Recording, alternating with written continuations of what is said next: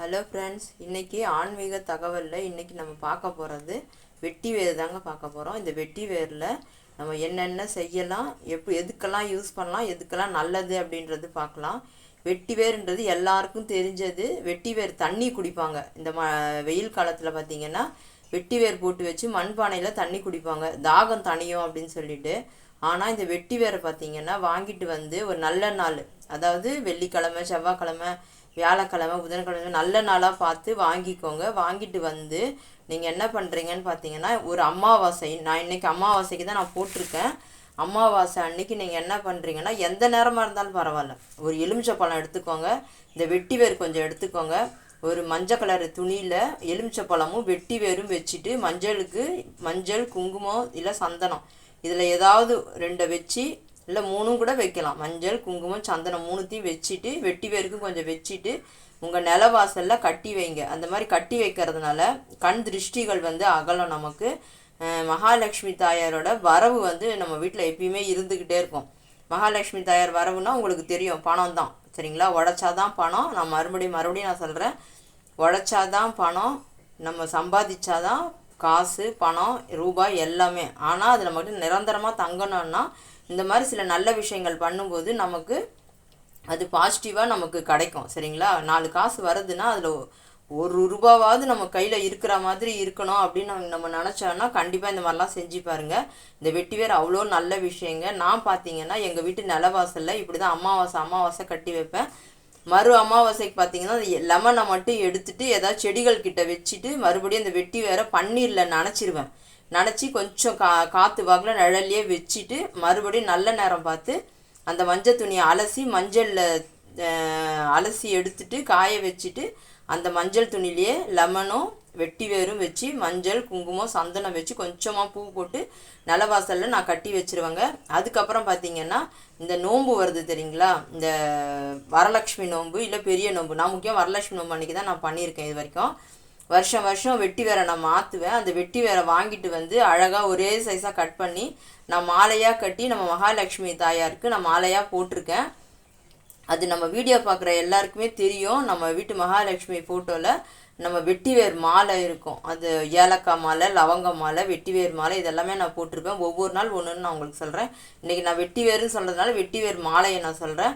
நீங்கள் அது மாதம் ஒரு தடவை அந்த மாலையை நல்ல நாளில் கலட்டி பன்னீரில் நனைச்சி டிப் பண்ணி கொஞ்சம் ஈரம் கொஞ்சம் வளர்கிற மாதிரி வச்சுட்டு உடனே நம்ம மகாலட்சுமி தாயாருக்கு நல்ல நேரம் பார்த்து மாலையை சாத்தி விட்டுங்க, சரிங்களா?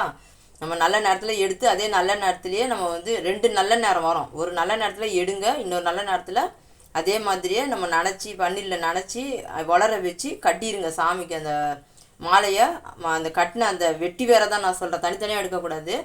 கட்டி வச்சுருக்கிற அந்த மாலையை பன்னீரில் நனைச்சி வளர வச்சுட்டு அதுக்கப்புறம் மாலையாகவே திரும்ப மறுபடியும் மகாலட்சுமி தாயாருக்கு கட்டிடுங்க.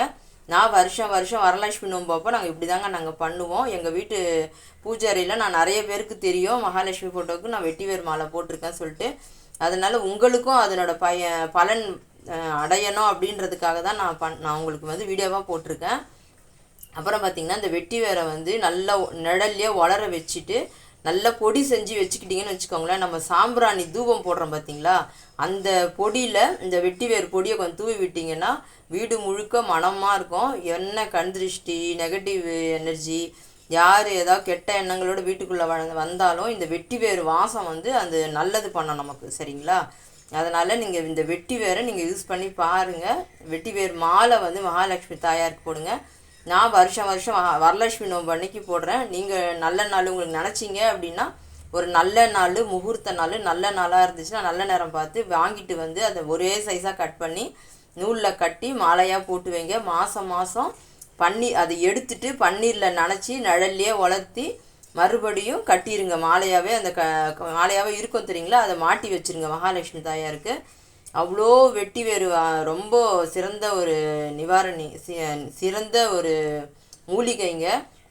இன்னொன்று பார்த்திங்கன்னா இந்த வெட்டி வேரோட எண்ணெயும் நமக்கு கிடைக்கிது. அந்த வெட்டி வேரோட எண்ணெயை பார்த்திங்கன்னா உடம்புல தேய்ச்சிக்கிட்டா கை கால் வலி, இந்த வலிப்பு வர்றவங்களுக்கெல்லாம் அது ரொம்ப நல்லா பலன் கேட்குங்க. கால் நடக்க முடியாமல் இருக்கிறவங்களுக்கு அந்த மாதிரிலாம் அந்த வெட்டி வேறு எண்ணெயை நீங்கள் யூஸ் பண்ணிங்கன்னா நல்ல ரிசல்ட் கொடுக்குதுங்க. நீங்கள் வேணால் ட்ரை பண்ணி பாருங்கள்.